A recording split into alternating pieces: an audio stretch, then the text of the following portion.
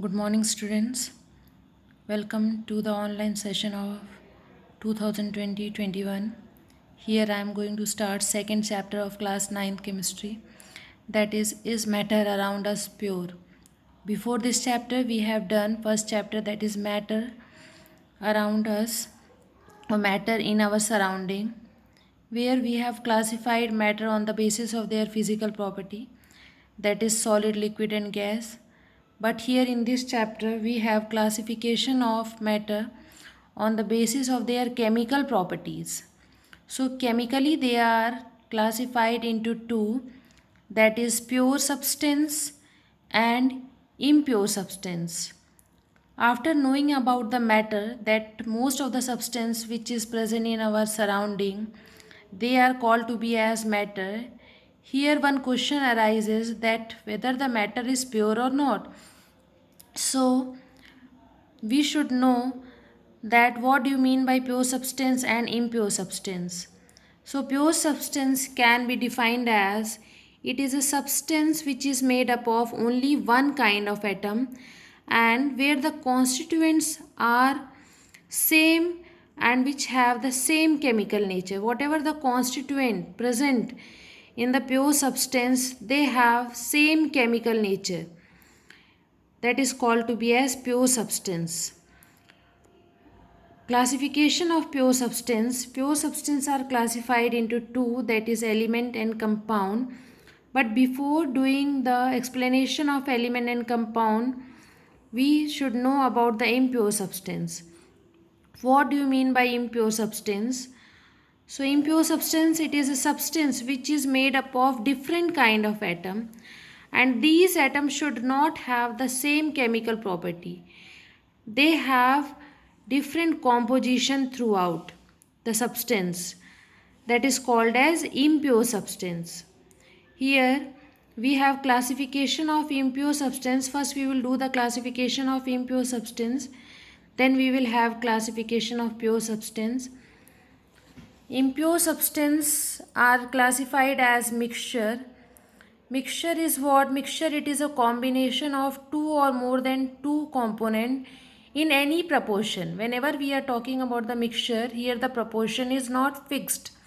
You can take example of air. Air is also called as mixture. And whenever mixture is prepared, whatever the constituent is needed for the preparation of mixture, these constituent, when it will give rise to the product should also show the properties of their constituent. Okay, like here with the help of example only you will came to know what do you mean by mixture. Like if we are taking example of air, like in previous classes you might have studied about the composition of air, that air it is made up of nitrogen, oxygen and a few amount of helium, and water vapor is also present there. But whenever we are talking about the air, when we go to different places, like if we go near the factories area, here the composition of air is composition of air is little different. It has some amount of sulfur on that, some more amount of carbon is also available. But as we people go to the forest area, here we will get fresh air. It means the composition of air may vary from place to place because it do not have fixed ratio. That's why we can call air as a mixture, because the ratio of a mixture is not fixed.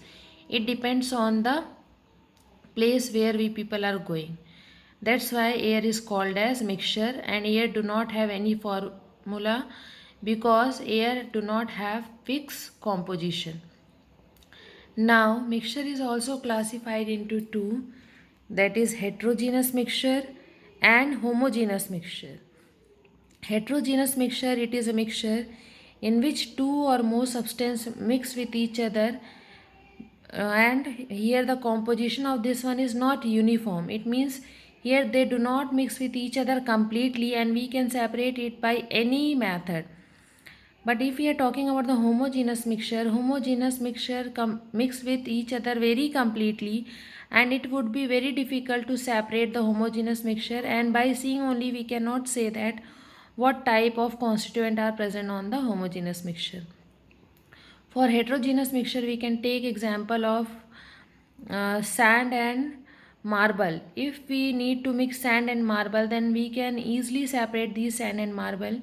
Here we can take more example, like if we are having rice, in that rice we have number of pebbles and stones are present, but these pebbles and stones can be easily separated by hand picking, because here these constituents do not mix with each other completely. That's why this type of mixture is called to be as heterogeneous mixture.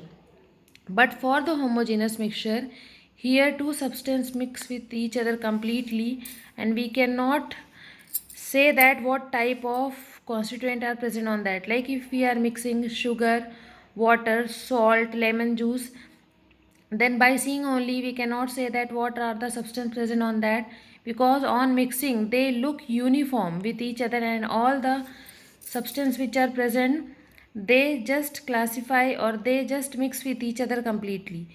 You can take example of alcohol and water also. When we mix alcohol or water, here also you cannot separate alcohol and water by any chemical mean. Many more examples are there for homogeneous mixture, that is alloy. But here you people should know about the alloy first, that I will tell you later, because here it is given only in the example. But we also have the definition of alloy that we will discuss afterwards. Now, after classifying impure substance as mixture and mixture as homogeneous and heterogeneous mixture, now we should have the classification of pure substance. These pure substance also classified as elements and compounds. So here we should know what do you mean by elements. Elements, it is the basic form of matter. An element, it is consist of only one kind of atom which cannot be broken or divided into simpler part by any chemical mean. It means that element, it is made up of only one kind of atom, and by any chemical mean or physical mean we cannot classify the element into simpler one. Here you can take example of hydrogen, where the formula of hydrogen is H, oxygen, sulfur. These all are the example of elements. Nowadays we are having 118 elements in our periodic table. Out of these elements, 92 elements are found in the nature, that is present naturally, and rest of the element are prepared by the scientists in the laboratory.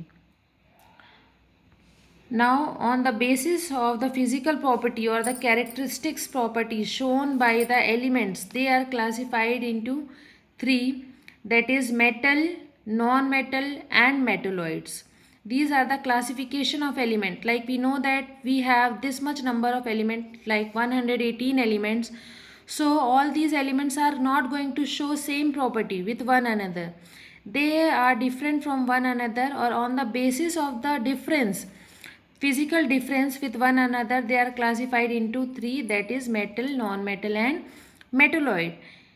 We have to do these metal, non-metal and metalloid explanation of these also we have to do. But before going on the explanation, here we should know about the compounds, that is also the classification of pure substance. What is compound?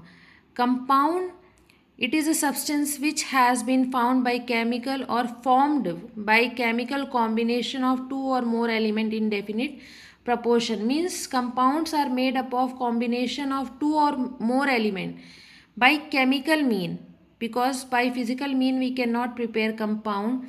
If we are going to mix two elements or two substances with each other chemically, they will give rise to compounds.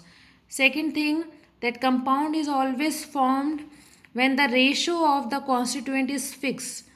That's why water is called as compound, but air is called as mixture, because air is also combination of two or more substance. Compound is also combination of two or more substance. Then here one question arises, that why air is called as mixture and water is called as compound, though they both are made up of combination of two or more substance. So here we can give the answer that for the formation of water the ratio is fixed, and for the formation of air ratio is not fixed. That's why air is called as mixture, whereas water is called as compound. For today we have this much only. Rest of the thing we will discuss in the next class. Thank you.